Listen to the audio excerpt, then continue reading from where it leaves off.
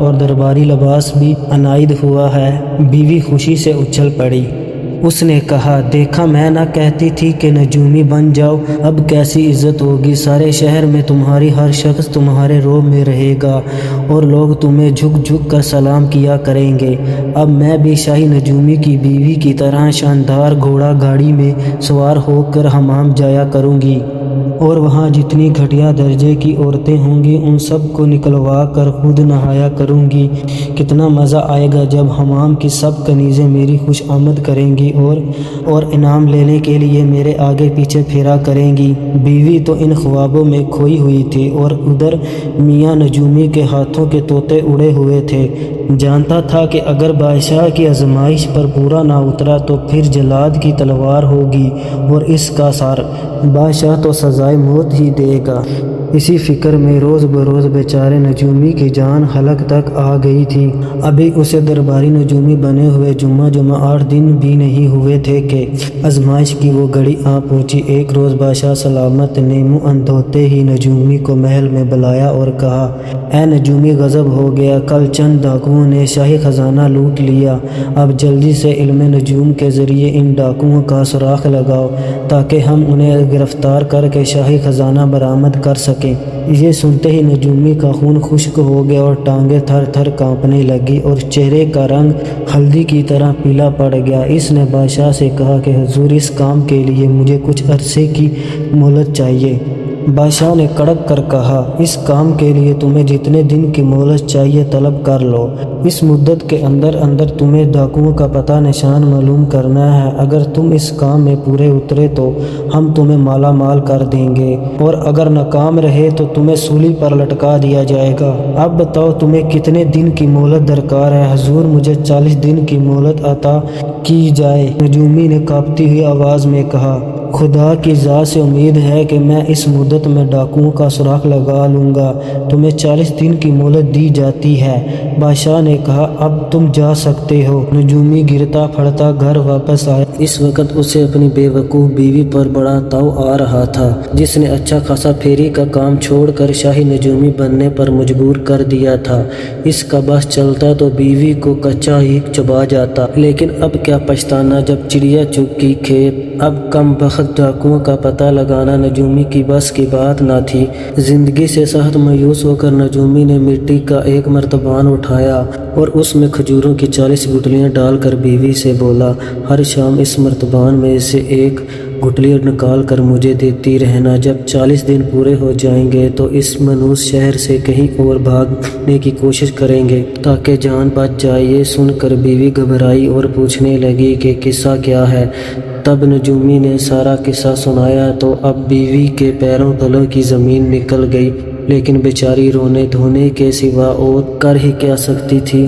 ایک عجیب اتفاق یہ ہوا کہ جن ڈاکوؤں نے شاہی خزانے پر ہاتھ صاف کیا تھا، ان کی تعداد بھی 40 تھی، اور انہیں معلوم ہو چکا تھا کہ بادشاہ نے اپنے ایک نجومی کو حکم دیا ہے کہ 40 دن کے اندر اندر ڈاکوؤں کا پتہ نشان معلوم کرے۔ یہ حکم سن کر ڈاکو بہت پریشان ہوئے اور سوچ رہے تھے کہ شاہی نجومی سنا ہے کہ بڑا قابل ہے، ایسا نہ ہو کہ وہ علم کی مدد سے ہمارا سراغ لگا کر بادشاہ کو بتا دے۔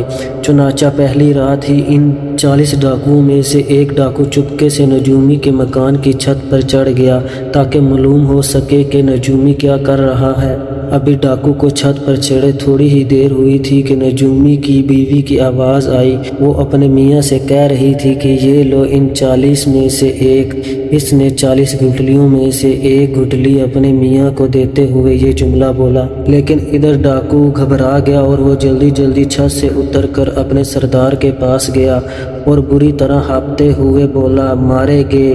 جب میں نجومی کے مکان کی چھت پر چھپا ہوا تھا تو بیوی نے اپنے میاں کو بتا دیا کہ یہ لو، یہ ہے 40 میں سے ایک۔ نجومی تو نجومی، اس کی بیوی بھی فن جانتی ہے، ورنہ اسے میرے بارے میں کیسے پتہ چلتا۔ یہ سن کر ڈاکو کا سردار اور بھی فکر مند ہوا۔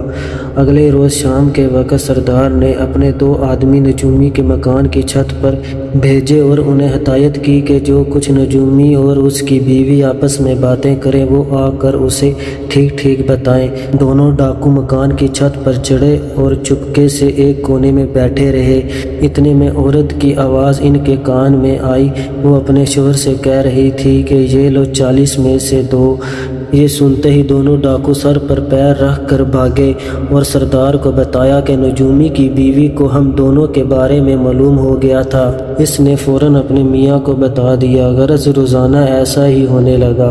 آخر کار 40ویں شام اس روز ڈاکوؤں کے سردار نے فیصلہ کیا کہ خود نجومی کے مکان کی چھت پر جائے گا اور اپنے کانوں سے میاں بیوی کی باتیں سنے گا۔ وہ نجومی کے مکان کی چھت پر چڑھا اور دبک کر بیٹھ گیا۔ اس روز مرتبان میں آخری گٹلی باقی رہ گئی تھی اور اتفاق سے یہ سب گٹلیوں سے بڑی اور موٹی تھی۔ تھوڑی دیر بعد سردار نے سنا نجومی کی بیوی کہہ رہی تھی، یہ لو اب آخری ہے اور اس کے بعد کام ختم، بس یہی سب سے وزنی سمجھو۔ یہ سنتے ہی ڈاکو کے سردار نے دھم سے مکان میں چھلانگ لگائی اور جاتے ہی نجومی کے پاؤں پکڑ لیے۔ دونوں میاں بیوی خوف زدہ ہو گئے۔ یہ آدمی ایک دم کہاں سے آ ٹپکا؟ ابھی نجومی کچھ کہنے بھی نہ پایا تھا، جناب میں نے ہی اپنے ساتھیوں سمیت شاہی خزانہ لوٹا تھا، لیکن آپ نے علم نجوم کے ذریعے آخر کار ہمارا سراغ لگا ہی لیا۔ میں سارا خزانہ واپس کرتا ہوں، لیکن آپ بادشاہ سلامت کو ہمارا پتہ یا نشان نہ بتائیں۔ ہم نے وہ سارا خزانہ جنگل میں بڑھ کے سب سے بڑے درخت کے پیچھے دفن کر رکھا ہے۔ بادشاہ کو اطلاع دے دی جائے اور خدا کے واسطے ہماری جان بخش دی جائے۔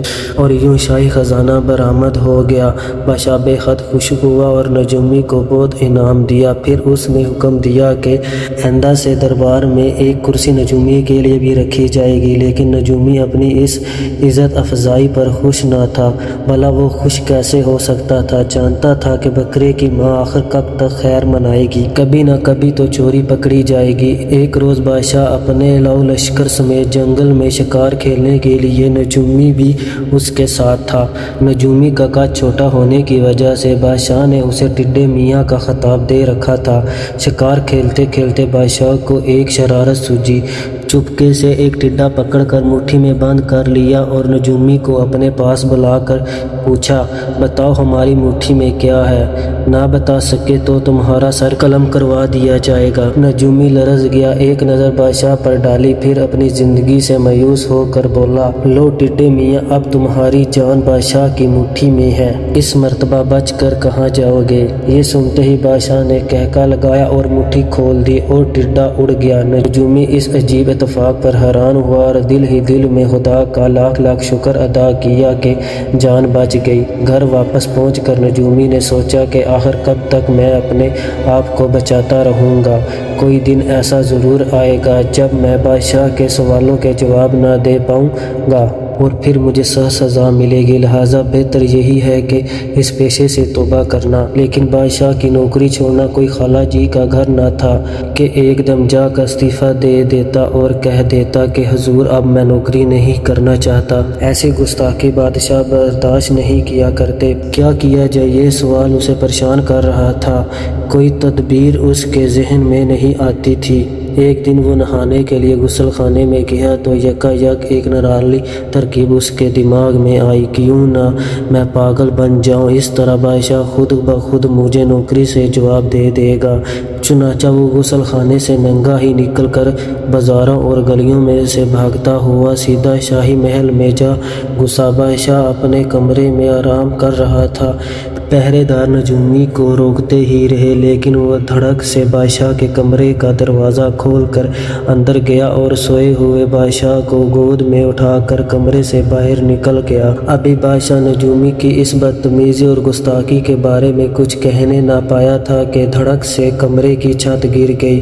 اگر بادشاہ کو وہاں سے نکلنے میں تھوڑی سی بھی دیر ہوتی تو چھت ان پر آ گرتی۔ بادشاہ نے یہ ماجرا دیکھ کر نجومی کو گلے سے لگا لیا اور خوش ہو کر بولا، میرے وفادار دوست، آج تم نے میری جان بچائی ہے۔ تم نے شاید علم نجوم کے ذریعے معلوم کر لیا تھا کہ ہمارے کمرے کی چھت گرنے والی ہے، اسی لیے تم غسل خانے سے نکل کر ننگے ہی دوڑتے چلے آئے۔ ہم تمہاری اس وفاداری اور جان نثاری پر بہت خوش ہیں اور حکم دیتے ہیں آج سے تمہارا درجہ بڑھا کر تمہیں شاہی نجومی بنا دیا جائے۔ اگلے ہی روز اس کی بیوی ایک شاندار گھوڑے گاڑی پر سوار ہو کر حمام میں نہانے کے لیے گئے۔ حمام کی کنیزیں اور خدمائیں اس کے استقبال کے لیے دوڑی، کیونکہ اب وہ شاہی نجومی کی بیوی تھی۔ وہ یہ جان کر دل میں بڑی خوش ہوئی کہ سابقہ نجومی کی بیوی اس وقت حمام میں نہا رہی ہے۔ حمام فوری خالی کروایا جائے۔ نے شاہی نجومی کی بیوی نے روبدار آواز میں حکم دیا، پہلے میں نہاؤں گی، اس کے بعد کسی اور کو نہانے کی اجازت ہوگی۔ حکم کی دیر تھی کہ کنیزوں نے حمام میں نہانے والی کئی عورتوں کو نکال باہر کیا۔ انہی میں سے سابقہ شاہی نجومی کی بیوی بھی شامل تھی۔ وہ گردن جھکائے ایک طرف چلی گئی۔ سچ ہے، غرور کا سر ہمیشہ نیچے ہوتا ہے اور خدا جسے چاہتا ہے عزت دیتا ہے۔ دوستو، یہ کہانی آپ کو کیسی لگی؟ کمنٹ میں اپنی رائے کا اظہار ضرور کیجیے اور ہمارے چینل کو سبسکرائب کیجیے۔ شکریہ۔